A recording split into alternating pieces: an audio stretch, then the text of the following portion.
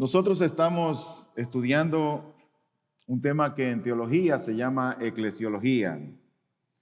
Y la eclesiología lo que trata es de ver los temas que tienen que ver con la iglesia, cómo funciona la iglesia, qué es la iglesia. Y eso es lo que estamos estudiando. Y todos aquí, de una u otra manera, antes de venir a esta iglesia, probablemente fueron a otras iglesias. Pero siempre nos preguntamos, ¿qué es la iglesia? Y esa es una pregunta que deberíamos nosotros de tenerla clara, saber qué es la iglesia. O también una pregunta es, ¿qué se debe de hacer en la iglesia cuando venimos aquí y nos reunimos como un cuerpo? ¿Qué es permitido hacer y qué no es permitido hacer? También deberíamos preguntarnos, ¿cómo es que la gente que se congrega en una iglesia o que pertenece a un cuerpo, cómo esa gente viven fuera de la iglesia? ¿Cómo viven cuando están en sus casas, cuando están en sus trabajos, cuando van de un lugar a otro? ¿Qué hacen? ¿Cómo viven?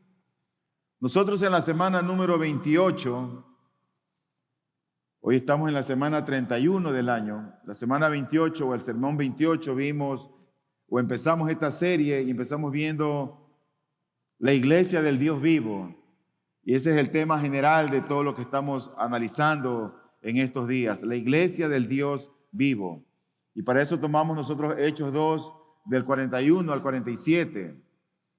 En la semana 29 nosotros estudiamos el hecho de que siendo muchos o siendo diferentes miembros, somos partes de un solo cuerpo.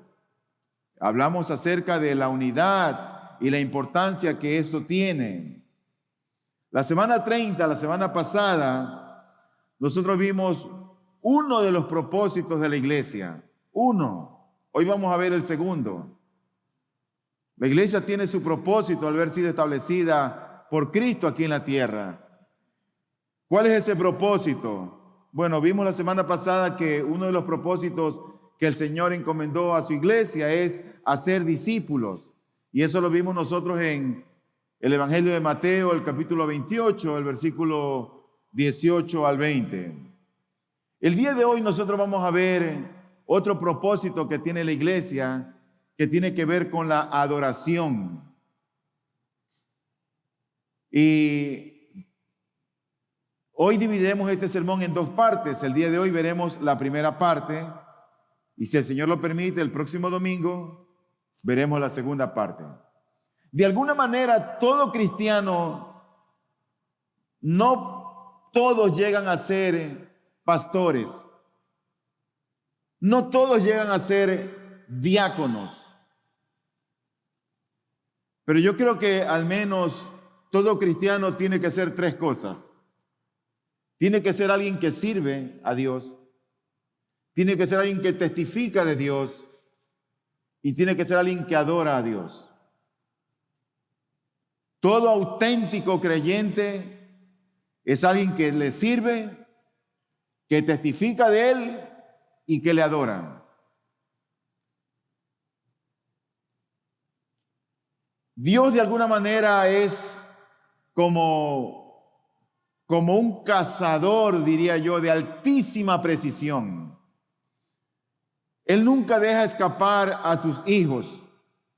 Cuando encuentra a uno de ellos, es como que apunta con su mira telescópica, teniendo toda su artillería lista para trabajar en el corazón y en la mente de aquel que el Señor quiere y va a rescatar. El centro del pasaje que vamos a leer nosotros el día de hoy es la adoración. Y el personaje que Dios utiliza para enseñar a sus discípulos y para enseñarnos a nosotros es una prostituta. Y es increíble la manera como Dios tiene esas formas de enseñarnos. La manera en que nos enseña, en verdad, que muchas veces nos causa admiración. Nos deja con la boca abierta, nos quedamos pasmados, sin palabras. Claro, es el Dios de todo conocimiento, de toda sabiduría. Y nosotros debemos estar atentos a cada enseñanza que Él nos da. Por ejemplo, hay una parte del texto en que vamos a leer en breve, donde Jesús le dice a esta prostituta, ve y llama a tu marido y ven acá. Y la mujer le responde, no tengo marido. Y el Señor le dice, bien has dicho que no tengo marido, porque 5 maridos has tenido, y el que ahora tienes no es tu marido. En eso has dicho la verdad. Y la mujer le dice, Señor, me parece que tú eres profeta. Ella queda impresionada con las palabras del Señor. Nosotros nos quedamos impresionados cuando oímos la enseñanza de Cristo, pero Cristo no se impresiona. Cuando está con esta prostituta es como que Él se cruza de brazos, se sienta tranquilo, la mira a los ojos, la ve en su profundidad y dispuesto a enseñarnos acerca de la adoración. ¿Qué aprendemos nosotros en la adoración? Realmente nosotros aprendemos que la adoración tiene que ver con la vida real, tiene que ver con el adulterio, tiene que ver con el hambre, tiene que ver con la sed, tiene que ver con los conflictos raciales, porque ese es el entorno en el que se desarrolla esta conversación. Y eso es lo que nosotros el día de hoy vamos a estudiar. Así que les invito a que abran sus Biblias en el Evangelio de Juan y vamos a leer el capítulo 4 y vamos a leer del versículo 3 hasta el 26. Y leo la palabra del Señor. Juan 4 del 3 al 26. Dice la Escritura, salió de Judea y se fue otra vez para Galilea, y él tenía que pasar por Samaria. Llegó pues a una ciudad de Samaria llamada Sicar, cerca de la parcela de tierra que Jacob dio a su hijo José. Y allí estaba el pozo de Jacob. Entonces Jesús, cansado del camino, se sentó junto al pozo. Era cerca del mediodía. Una mujer de Samaria vino a sacar agua y Jesús le dijo, dame de beber. Pues sus discípulos habían ido a la ciudad a comprar alimentos.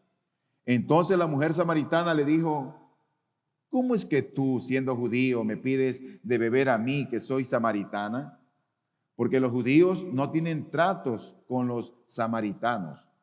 Jesús le respondió, si tú conocieras el don de Dios y quién es el que te dice, dame de beber, tú le habrías pedido a él y él te hubiera dado agua viva. Ella le dijo, Señor, no tienes con qué sacarla y el pozo es hondo. ¿De dónde pues tienes esa agua viva? ¿Acaso eres tú mayor que nuestro padre Jacob, que nos dio el pozo del cual bebió él mismo y sus hijos y sus ganados? Jesús le respondió, todo el que beba de esta agua volverá a tener sed, pero el que beba del agua que yo le daré no tendrá sed jamás, sino que el agua que yo le daré se convertirá en él en una fuente de agua que brota para vida eterna. Señor, le dijo la mujer, dame esa agua para que no tenga sed ni venga hasta aquí a sacarla. Jesús le dijo, ve, llama a tu marido y ven acá. No tengo marido, respondió la mujer.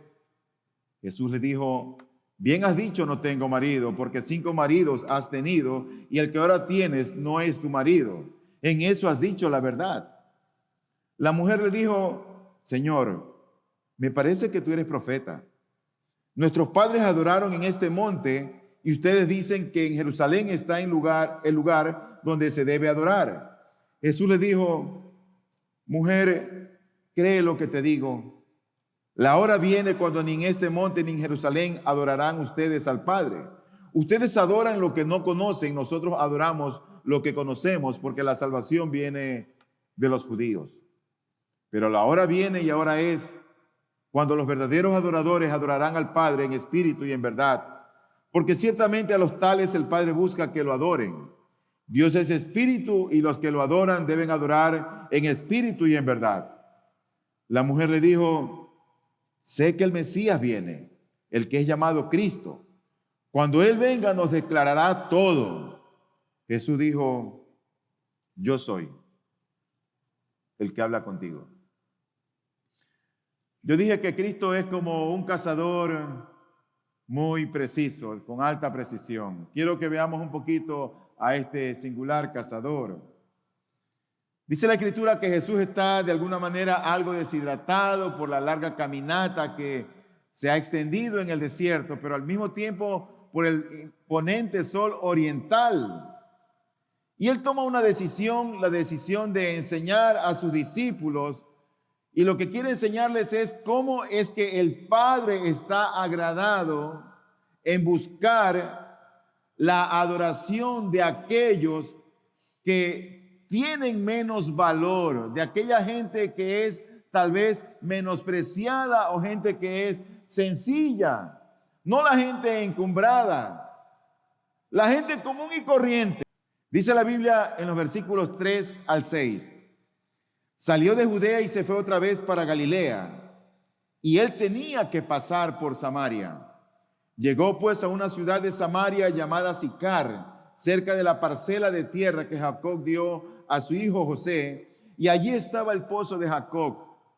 Entonces Jesús, cansado del camino, se sentó junto al pozo. Era cerca del mediodía. O sea, eran como las 12 del día. Para entender esta historia tenemos que conocer un poquito la historia, porque la Biblia dice que era una mujer samaritana. ¿Quiénes eran los samaritanos? Bueno, los samaritanos eran judíos que habían pertenecido al reino norte de Israel. Y estos judíos fueron llevados al exilio más o menos en el año 722 antes de Cristo. Cuando ellos fueron llevados al exilio, los samaritanos se mezclaron con los helenistas, con los griegos, y surgió una nueva raza, la raza de los samaritanos. No eran puros en esencia, eran judíos que se habían mezclado con otras razas, con otras culturas. Y estos samaritanos tenían la particularidad de que ellos solamente aceptaban los 5 primeros libros del Nuevo Testamento, es decir, el Pentateuco. Y ellos lo usaban o lo aceptaban en su propia versión. Todos los demás libros, ellos no los consideraban como canónicos, sino solamente la versión de ellos del Antiguo Testamento, los 5 primeros libros. Estos samaritanos despreciaban a los judíos del sur, a los de Judá, que era una raza pura, que no se habían mezclado con nadie más. Los samaritanos despreciaban a los judíos. Jesús era un judío, pero también los judíos despreciaban a los samaritanos. Lo cierto es que entre ellos no se llevaban. Había una enemistad porque los judíos decían: es en Jerusalén donde tenemos que adorar. Y venían los samaritanos y decían: es en el monte Gerizim. Y ahí estaban los dos peleando, el uno en un monte y el otro en el otro monte. Entonces, cuando Jesús llega y se encuentra con esta mujer, este judío le pide de beber a esta samaritana. Por supuesto, esta mujer se sorprende. Dice el versículo 7 al 9. Una mujer de Samaria vino a sacar agua y Jesús le dijo: dame de beber. Entonces la mujer samaritana le dijo: ¿cómo es que tú, siendo judío, me pides de beber a mí, que soy samaritana? Porque los judíos no tienen tratos con los samaritanos. Esta mujer está algo inquieta y sorprendida y le hace una pregunta. Pero Jesús no le responde la pregunta. Jesús pudo haberle dicho: bueno, es que yo soy diferente. Mira, yo soy el Mesías. Usted, shh. Pero Jesús no le dice nada, ni le responde la pregunta. ¿Cómo es que tú, siendo judío, le pides de beber a una mujer samaritana? Y Jesús le responde lo siguiente: si tú conocieras el don de Dios ¿Y quién es el que te dice, dame de beber? Tú le habrías pedido a él y él te hubiera dado agua viva. ¿Sabes qué es lo sorprendente de este momento histórico en la vida de esta mujer? Lo sorprendente es que siendo Jesús el don del cielo, el regalo del cielo, siendo Jesús el Dios que se hizo hombre, que vino del cielo a la humanidad, ella no le pide de beber a él, porque él es el agua viva. Es decir, que ella no lo conocía, no sabía quién era él. Ella no le pide de beber a él. Ahora cuando el Señor le dice, si tú conocieras el don de Dios, ¿y quién es el que te dice, dame de beber? Tú le habrías pedido a él y él te hubiera dado agua viva. Y esa agua viva que el Señor da, la da con gusto y con gozo al que le pide. ¿Sabe que Él nunca niega el agua viva a todo aquel que está en verdad sediento? Nunca se la niega. Hay situaciones en nuestra propia vida que secan nuestras almas, que secan nuestras conciencias. Hay matrimonios que están secos, vidas que están secas por los conflictos que tienen laborales, económicos, familiares. Y la gente está secándose y muriéndose. Pero cuando la gente en esa condición le pide agua a Jesús, Él no niega esa agua. Él es el agua viva. Pero ocurre que la mujer no entiende ese lenguaje del cielo que el Señor le está hablando. Ella no está en la onda de Dios, no está en los patines celestiales. Y la mujer lo que se limita a decirle es lo siguiente, dice versículos 11 y 12, Señor, no tienes con qué sacarla y el pozo es hondo. ¿De dónde pues tienes esa agua viva? ¿Acaso eres tú mayor que nuestro padre Jacob, que nos dio el pozo del cual bebió él mismo y sus hijos y sus ganados? Esta mujer se zafa temporalmente de esta conversación que tiene con el Señor y que no la está entendiendo. Él le está diciendo, puedes pedirme el agua viva. Y ella se va por otro lado. Ahora Jesús le dice algo más profundo y todavía la mujer sigue más sorprendida de la respuesta del Señor. Dice el versículo 13 y 14 que Él le responde, todo el que beba de esta agua volverá a tener sed, pero el que beba del agua que yo le daré no tendrá sed jamás, sino que el agua que yo le daré se convertirá en él en una fuente de agua que brota para vida eterna.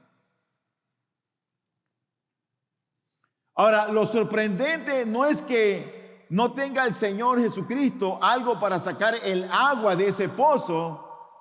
Lo sorprendente es que esa agua que Él ofrece satisface eternamente. Y no solo eso, sino que cuando el hombre o la mujer beben de esa agua se transforma en una fuente. Es como una agua milagrosa. Se entierra en el alma que está arenosa y seca y brota de esa vida agua viva. Eso es lo que hace Dios cuando transforma al hombre o a la mujer. ¿Qué significa todo esto? Bueno, Proverbios 13:14 dice, la ley del sabio es manantial de vida. Eso quiere decir que la enseñanza de Jesús, lo que Él siempre transmite es una fuente de vida. Por eso a la gente le hace bien exponerse a las Escrituras, exponerse a la palabra del Señor.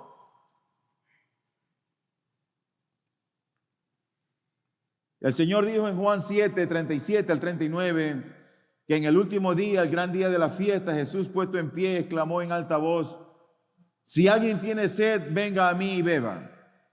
El que cree en mí, como ha dicho la Escritura, de lo más profundo de su ser brotarán ríos de agua viva. Pero él decía esto del Espíritu que los que habían creído en él habían de recibir. Porque el Espíritu no había sido dado todavía, pues Jesús aún no había sido glorificado. El Señor le está ofreciendo agua a esta mujer. Y en este texto nos dice que si alguno tenga sed, venga a Cristo y beba.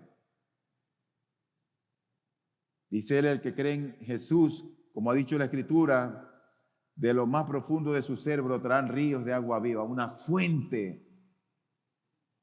Y dice, pero él decía esto del Espíritu. ¿Qué es el agua que proporciona Jesús? Por lo dicho aquí, yo creo que es el Espíritu Santo a lo que se refiere. Porque la presencia del Espíritu Santo en tu vida acaba con la frustración de tu alma y con lo seco y vacío que puedes sentirte. Acaba con la sed que tienes y se transforma en una fuente donde otros pueden encontrar en ti vida. Lo cierto es que la enseñanza de Jesús y la presencia del Espíritu Santo satisfacen los anhelos del alma que está sedienta y nos convierte en fuentes para otros. Jesús de alguna manera mantiene la palabra que Él da, la enseñanza que Él da, la instrucción que Él da, ligada siempre al Espíritu, los mantiene unidos. Por ejemplo, en Juan 14:26 dice la Biblia, pero el Consolador, el Espíritu Santo, a quien el Padre enviará en mi nombre, Él les enseñará todas las cosas. Unido el Espíritu de Dios con la enseñanza, con la palabra, y les recordará todo lo que os he dicho. El agua que Jesús ofrece a la samaritana es la palabra de verdad y el poder del Espíritu. Cuando nosotros venimos a Cristo o vamos a Cristo para beber, lo que bebemos es verdad. No una verdad seca, sin vida y sin poder, sino una verdad empapada, repleta, llena, rebosante del Espíritu de Dios, que es el dador de la vida. Y lo que le está ofreciendo Jesús a esta mujer necesitada, en otras palabras, es la palabra viva y el poder del Espíritu. Pero la mujer no capta la enseñanza. ¿Te ha pasado eso alguna vez que tú compartes el Evangelio y no lo entienden?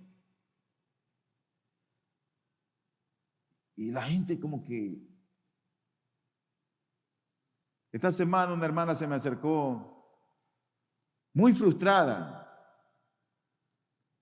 Me compartió su frustración, que estaba compartiendo el Evangelio con ciertas personas en su evangelismo personal, y las personas no lo entendían y lo que buscaban más bien era obtener un beneficio, pero no entendían el Evangelio. Pero esta historia que estamos viendo aquí nos enseña que a los que no entienden el Evangelio, no los dejes ir tan pronto.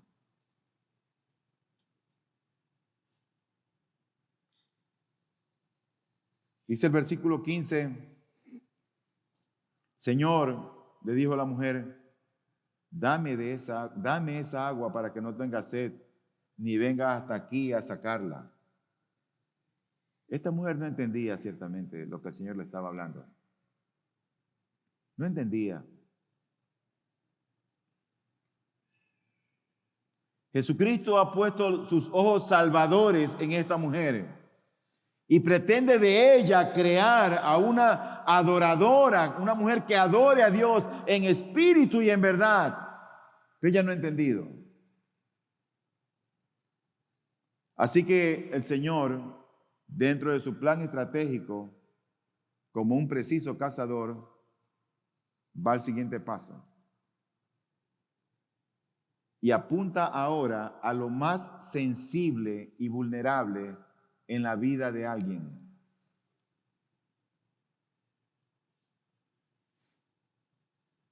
A lo que hay en el corazón. Hay cosas que están ocultas allí, ¿no es cierto? Que el de al lado no lo sabe, que a veces ni tu cónyuge lo sabe, ni tus hijos lo saben, pero que Dios sí lo sabe. Así que el Señor apunta milimétricamente y le dice, ve, llama a tu marido. Nada más, ve y llama a tu marido. El camino más directo al corazón, como dice John Piper, es a través de una herida. Jesús le dice, ve, llama a tu marido y ven acá.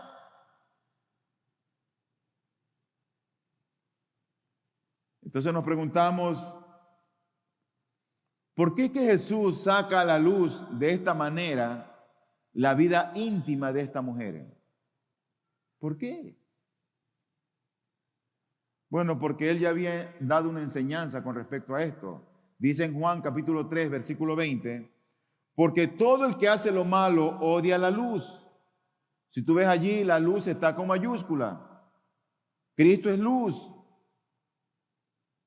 Todo el que hace lo malo odia la luz, odia, aborrece a Cristo. Hay gente que va a la iglesia o viene a la iglesia solo por compromiso, pero no porque ama a Cristo. No porque quiere saber de Cristo.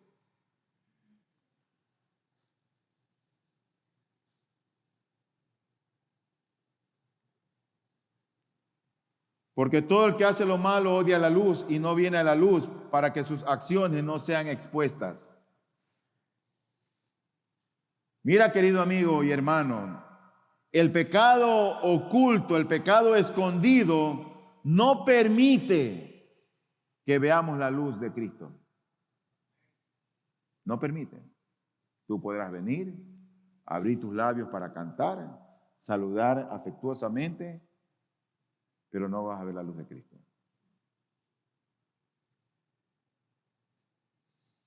El pecado es algo así como una lepra espiritual. La lepra es una enfermedad que te afecta a los nervios periféricos y hace que tú pierdas la sensibilidad. Tú te puedes cortar, herir y no sientes. Así es el pecado. El pecado es como una lepra espiritual. No sentimos, los sentidos del alma están como amortiguados. Uno hace algo indebido y no se da cuenta o no le interesa. El pecado nubla la razón y hace daño a otras personas, al cónyuge, a la madre, a los hijos. Y no nos damos ni cuenta. Porque nos ha vuelto insensibles. Por eso es que el Señor le dice a esta mujer, llama a tu marido. Y ella astutamente le dice, no tengo marido.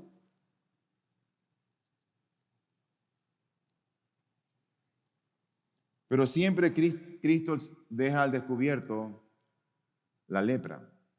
Siempre Él descubre el pecado en el corazón del hombre. ¿Y sabes por qué lo hace? Por nuestro bien. Por nuestro bien. Porque lo que Él quiere hacer es sanarte.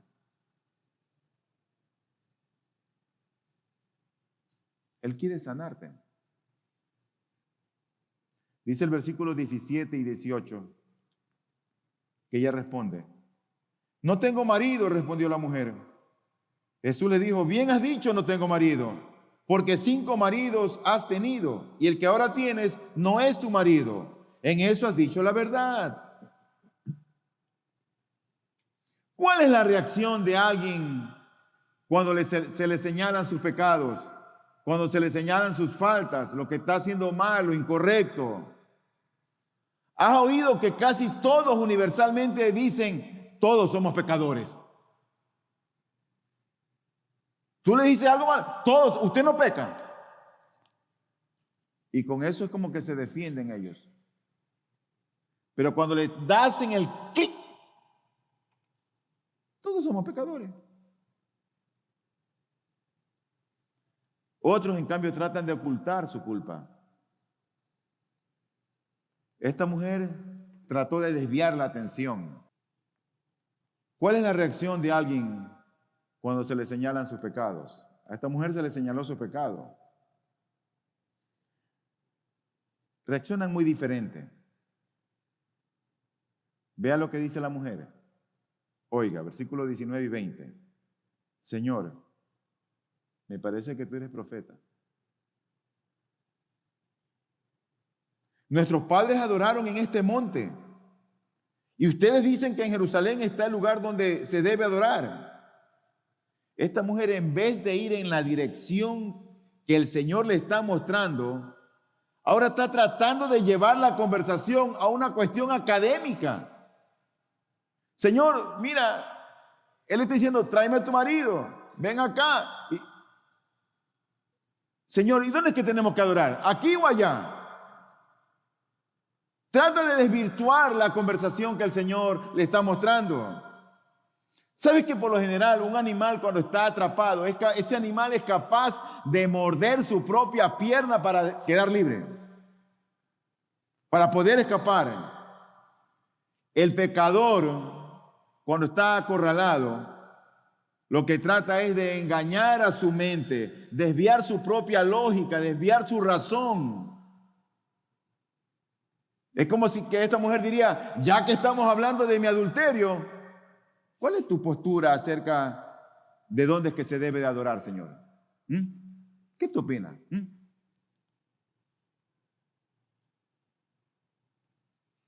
Esta es la doble conversación evasiva, atípica de los pecadores cuando se ven atrapados.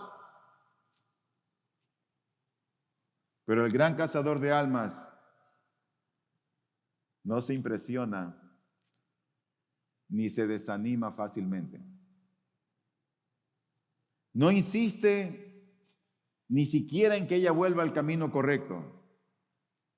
Ella se va, por supuesto, por las ramas y él la deja que ande por las ramas porque ya tiene su corazón atrapado, ya desnudó su corazón.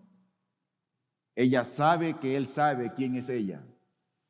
Así que el Señor está quieto, como siempre suele estar. Ahora ella estaba interesada en el dónde es que se debe de adorar. Pero para el Señor lo importante no es dónde, sino cómo se debe adorar y a quién se debe adorar. Eso para el Señor es lo importante. No es dónde, sino cómo y a quién. Ella está interesada en el dónde. Jesús no. Jesús está interesado en el cómo se debe adorar. Por eso es que el Señor le dice en el versículo 21, mujer, cree lo que te digo. La hora viene cuando ni en este monte, ni en Jerusalén adorarán ustedes al Padre. Él no le interesa el dónde. Oye, no es ni aquí ni allá. Es como que el Señor le está diciendo, mira, no te estanques en cosas pequeñas. No te quedes estancada en el mismo sitio, en el mismo lugar. ¿Tú sabes por qué? Porque nosotros podemos adorar en vano a Dios, tanto en Jerusalén como en Jericín, como en este lugar y en tu casa. Podemos adorar en vano. No importa el lugar no es importante. Lo que importa en la adoración es el cómo adoramos, a quién adoramos. Tú puedes venir aquí y hacer ademanes y levantar la mano y te sale una lagrimita y te compunges y tal vez es puro teatro o puro show.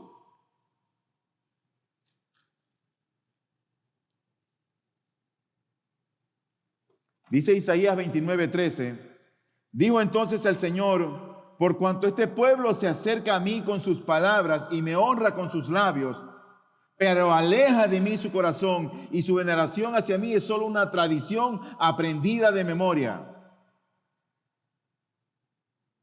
Ahí estaba gente que se acercaba a Dios solamente con sus labios y lo honraban aparentemente, pero realmente estaban lejos de Dios. Lejos de Dios. Tú puedes estar aquí en esta mañana y tú puedes hacer que estés lejos de Dios. Así que para el Señor no es lo importante dónde, sino cómo. Pero también lo importante para el Señor, así como es importante el cómo, también es importante a quién debemos de adorar. Ahora, mira lo que dice el versículo 22. Ustedes adoran lo que no conocen. Nosotros adoramos lo que conocemos, porque la salvación viene de los judíos. Mira, esas son palabras fuertes. Primero para una mujer. Y segundo para alguien que era considerado su enemigo. Recibir una palabra de su enemigo, eso era ofensivo. Es como que le dice, ustedes no saben. Eso es lo que le está diciendo el Señor. Ustedes no saben a quién adoran. Suena muy ofensivo eso. Pero también te quiero decir algo. Cuando está en juego la vida y la muerte, hay que dejar las cosas claras. Como cuando le digo a un paciente con catarata, mira, tú tienes que operarte porque si no te operas, te vas a quedar ciego. O cuando el neumólogo le dice al fumador, deja de fumar que ya tus pulmones están afectados. Hay que hablar con claridad.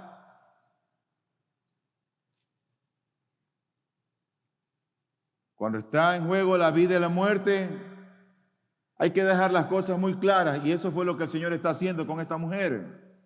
Porque los samaritanos tenían un conocimiento deficiente de las Escrituras. Solo aceptaban el Antiguo Testamento y en su propia versión. Es importante conocer a quien estamos adorando. Yo creo que hoy en día hay mucha gente en las iglesias que tiene un conocimiento deficiente de las Escrituras. No memorizan los textos bíblicos, no escudriñan la palabra del Señor, no reflexionan en ella regularmente. Entonces, tienen una actitud como la de los samaritanos. El Señor bien podría decirlos, ustedes no saben a quién están adorando. Pero lo importante es saber cómo adoramos y a quién adoramos y no solamente dónde adoramos. Mira, querido hermano y amigo, la adoración debe ser vital y verdadera en el corazón. Y debe descansar en un conocimiento verdadero de quién es Dios. Tiene que haber por un lado espíritu y por otro lado tiene que haber también verdad. El versículo 23 dice lo siguiente: pero la hora viene y ahora es cuando los verdaderos adoradores adorarán al Padre. ¿Quién? En espíritu y en verdad. El cómo. Porque ciertamente a los tales el Padre busca que lo adoren. Dios anda buscando dónde están esos verdaderos adoradores que saben a quién están adorando y que saben cómo lo están adorando. Dios los está buscando. Aquí esta palabra espíritu representa el cómo y verdad representa o corresponde al quién. Adorar en espíritu, en verdad, Es lo contrario en adorar a Dios de formas simplemente externas. Es lo opuesto a adorar a Dios de una forma inexacta o inapropiada.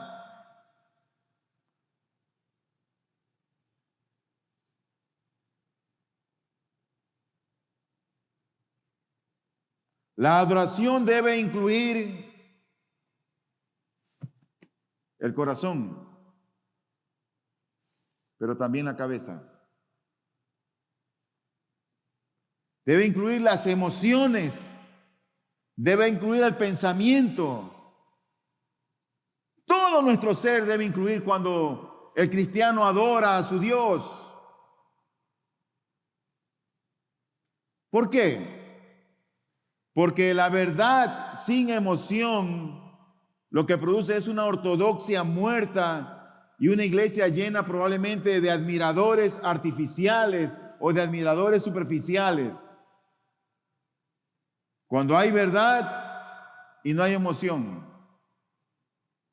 Pero por otro lado, la emoción sin la verdad lo que produce es un delirio vacío y cultiva personas con poco profundas que rehúsan la disciplina y el pensamiento riguroso. Y nuestra adoración no es que tiene que ser equilibrada, sino consistente con lo que Dios dice. No es que estamos buscando un balance, debe ser consistente con lo que la Escritura nos dice. Un gran afecto a Dios arraigado en la verdad son los huesos y la médula de la adoración bíblica. Cuando tú tienes ese afecto por Dios, cuando tú sabes quién es Dios, es decir, que en la adoración correcta deben de existir varias cosas. Debe de existir la verdad de Dios, el Espíritu de Dios y el espíritu del hombre junto con todas las emociones que están en nosotros. Por ejemplo, la reverencia, el gozo, la alegría, la confianza, la esperanza, la gratitud. Cuando adoramos a Dios, lo adoramos porque estamos admirados de quién es Él. Por eso lo adoramos reverentes. Por eso levantamos las manos. Por eso lloramos. Por eso nos quebrantamos. Porque toda la adoración está involucrado en el hombre.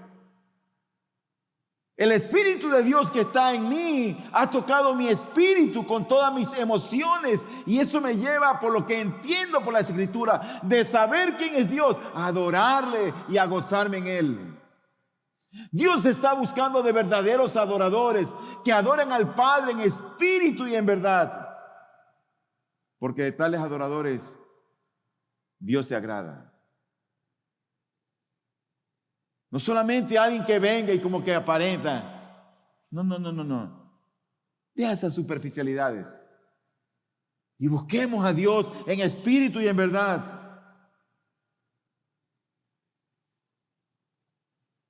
Los verdaderos adoradores siempre van a adorar al Padre en espíritu y en verdad.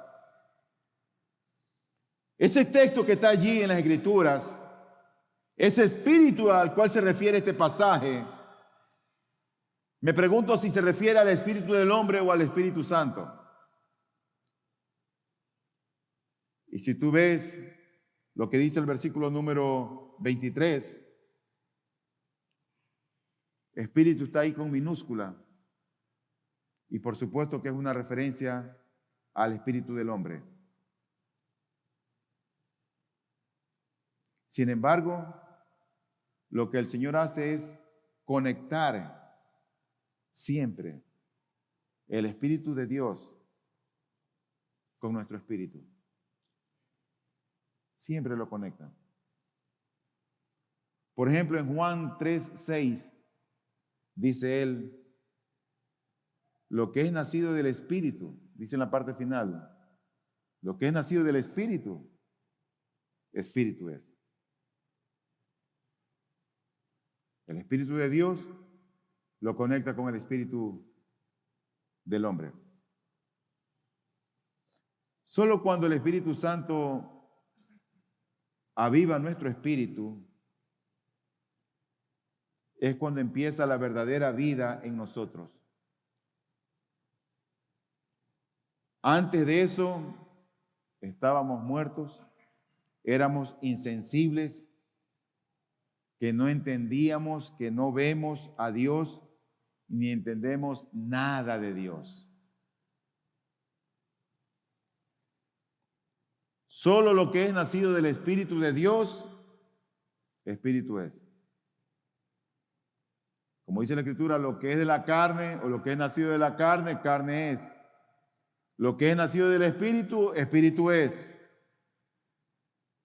Por lo tanto, cuando Jesús se refiere a que los verdaderos adoradores adorarán al Padre en espíritu, tiene que referirse a que la verdadera adoración procede solo de espíritus que están vivos y que son sensibles por el elevamiento del Espíritu Santo, por el elevamiento del Espíritu de Dios, por la regeneración que Dios ha hecho en sus corazones. Esa es la verdadera adoración que a Dios le agrada. Cuando nuestros espíritus han sido avivados por el Espíritu de Dios. En resumen, para terminar, cuando tú has sido alumbrado con la verdad de la palabra de Dios, tienes una claridad de su grandeza. Tal vez no lo comprendas todo, no comprendas todo lo grande de Dios, pero algo de Él ya conoces. Antes no conocías nada. Cuando Él te alumbra tus ojos espirituales, algo de Él ya conoces. Y si eso es poco, ese poco es suficiente para tú empezar a adorarlo. No necesitas ser un teólogo. No necesitas tener 20 ni 30 años en el Evangelio para adorarlo. Cuando Dios alumbra tus ojos, la grandeza de Dios se te hace manifiesta a ti. Y en la medida que tú vas creciendo y madurando en la santidad, vas conociendo más de Él. Entonces tú eres más reverente ante Él. Cuando tú has sido alumbrado con la verdad de la palabra de Dios, tienes una claridad de su grandeza. Y el Espíritu de Cristo, cuando mora en ti, ¿sabes lo que te lleva? A adorar con libertad. Adoras con libertad. Y tu espíritu, que ha sido en ese momento entonces ya avivado, empieza a expresar las emociones propias del ser humano. Y eso te lleva a quebrantarte, a llorar, a levantar tus manos, a inclinar tu cabeza, a suplicarle, a confiar en Él. ¿Sabes por qué la diferencia? Porque ahora conoces a Dios. Esa es la diferencia. Pero si tu espíritu no ha sido avivado, lloro a Dios que Él te dé la gracia y te alcance con su misericordia. Porque eso no depende de ti, ni depende de mí, depende de Él. Pero ya el hecho que si tú estás aquí en esta mañana, eso es suficiente. ¿Sabes por qué? Porque Dios es soberano. Yo creo que tu presencia en medio nuestro no es coincidencia, sino providencia. Sea como sea la manera como hayas llegado a este lugar, es la providencia del Señor que te ha traído para que escuches su verdad. Y oro a Dios que tú seas uno de esos adoradores que el Padre está buscando, para que tú le adores a Él en espíritu y en verdad. porque de esos adoradores es que el Padre se agrada. Eso es lo que va a hacer la diferencia entre un creyente y uno que no lo es. El próximo domingo, Dios mediante, estaremos viendo la segunda parte de este precioso tema y veremos cómo es que debemos de adorar, todo lo que se implica en la adoración. Porque a veces pensamos que adorar es solamente cantar. Vamos a adorar a Dios y pensamos que solo adorar es cantar. Pues veremos qué dice la Escritura con respecto a esto. Vamos a orar.